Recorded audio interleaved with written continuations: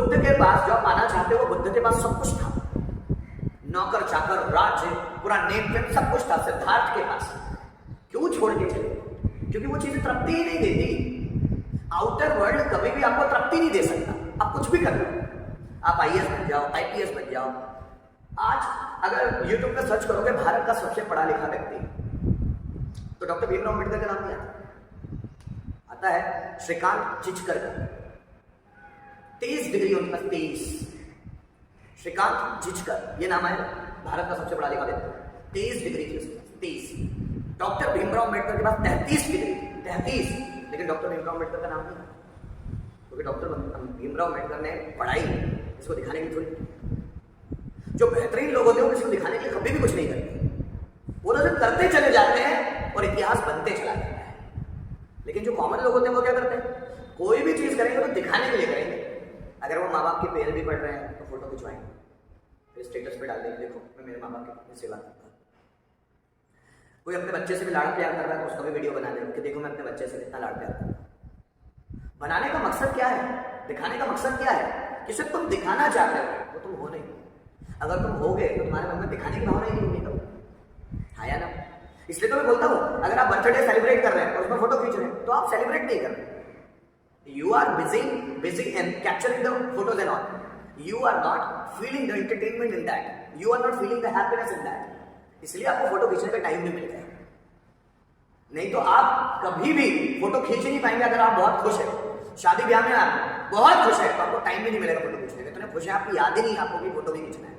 क्योंकि आप हैप्पी नहीं हो, उसमें फोटो खींचने का टाइम मिल जाता है। कि आप सोचते हैं मैं तो खुश हो नहीं, तो कम से कम दिखाऊं तो सही, लोगों को चलाऊं तो सही, स्टेटस पे डलवा दिया कि मैं देखो कितना खुश होता हूं। इसलिए अधिकतर लोग लिखते हैं I am enjoying in my Elder brothers marriage.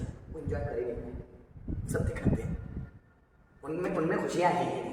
और जब व्यक्ति इन प्रपंचों में लगा रहता है, वो इतना फ्रस्ट्रेट हो जाता है एक समय बाद कि वो वापस जाएगा भगवान की शरण में, वापस जाएगा प्रार्थना की शरण में, जाएगा जरूर, तो उसके बिना कुछ भी नहीं करेगा।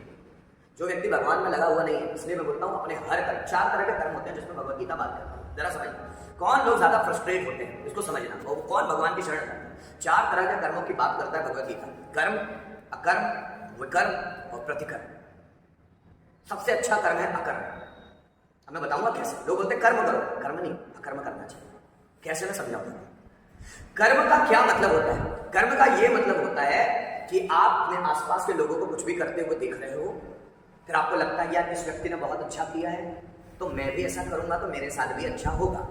मतलब आप इच्छा से प्रेरित होकर कर्म करते हैं कि यार उसने एमबीए कर लिया है, वो ज्यादा पैसे कमा रहा है, वो टीचर बन गया, वो ज्यादा पैसे कमा रहा है, वो यूट्यूब पे फेमस हो गया, वो ज्यादा पैसे कमा रहा है ना, उसने बिजनेस शुरू कर दिया, वो ज्यादा पैसे कमा रहा है। उसको देखकर आप कर रहे हो, आपके मन में इच्छा आई नाम और पैसे कमाने की, इसको बोलते हैं कर्म।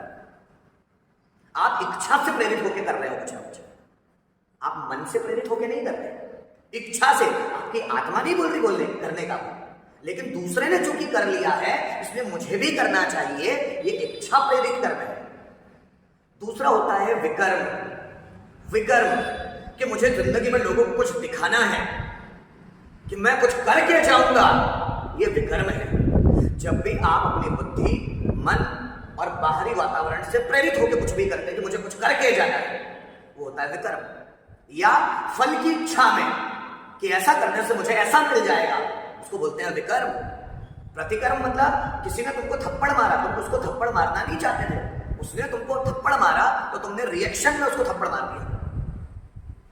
आप जरा समझना, तुम निकल रहे थे रास्ते से, तुम किसी को बुरा भला बोलना नहीं चाहते थे, पर किसी ने तुमको पत्थर मार दिया तो तुमने उसको गाली बकी, तो तुमने गाली बकी, वो प्रतिकर्म में बकी है, तुम बकना नहीं चाहते थे। किसी ने तुमको पत्थर मारा तो तुमने गाली बकी, तुम गाली बकना ही नहीं चाहते थे, उसको बोलते हैं प्रतिकर्म। कि किसी ने कुछ कर्म किया, उसके रिएक्शन में तुमने कर्म कर दिया फटाक से।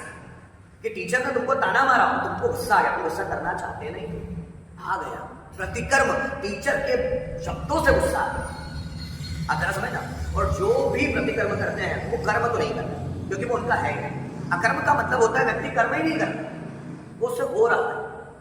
कि एडिसन बल्ब बना रहे हैं, वो बनाना ऐसा तो है कि उनको बनाना है, लेकिन उसमें उनको पैसा और नाम नहीं चाहिए, उनका मन बोल रहा है, इसलिए वो करते चले जा रहे हैं। और जब वो करते चले जा रहे हैं तो उनको थकान ही नहीं होती, because he is not doing that thing. इसलिए जो बेहतरीन लोग होते हैं वो थकते ही नहीं काम करते हुए। हम थक क्यों जाते हैं, क्योंकि हमको वो करना नहीं है, हम मजबूरी में कर रहे हैं, इसलिए हम थकते हैं, हमारी एनर्जी खत्म हो जाती है।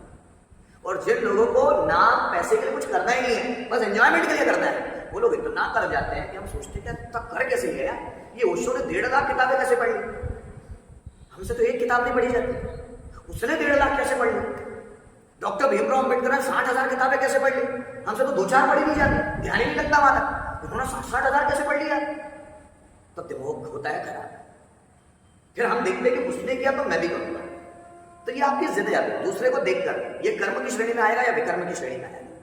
लेकिन जब तुम्हारे अंदर से तुम्हारी आत्मा बोलने लगे अब पढ़, तो तुम पढ़ते चले जाओगे, थकोगे भी नहीं।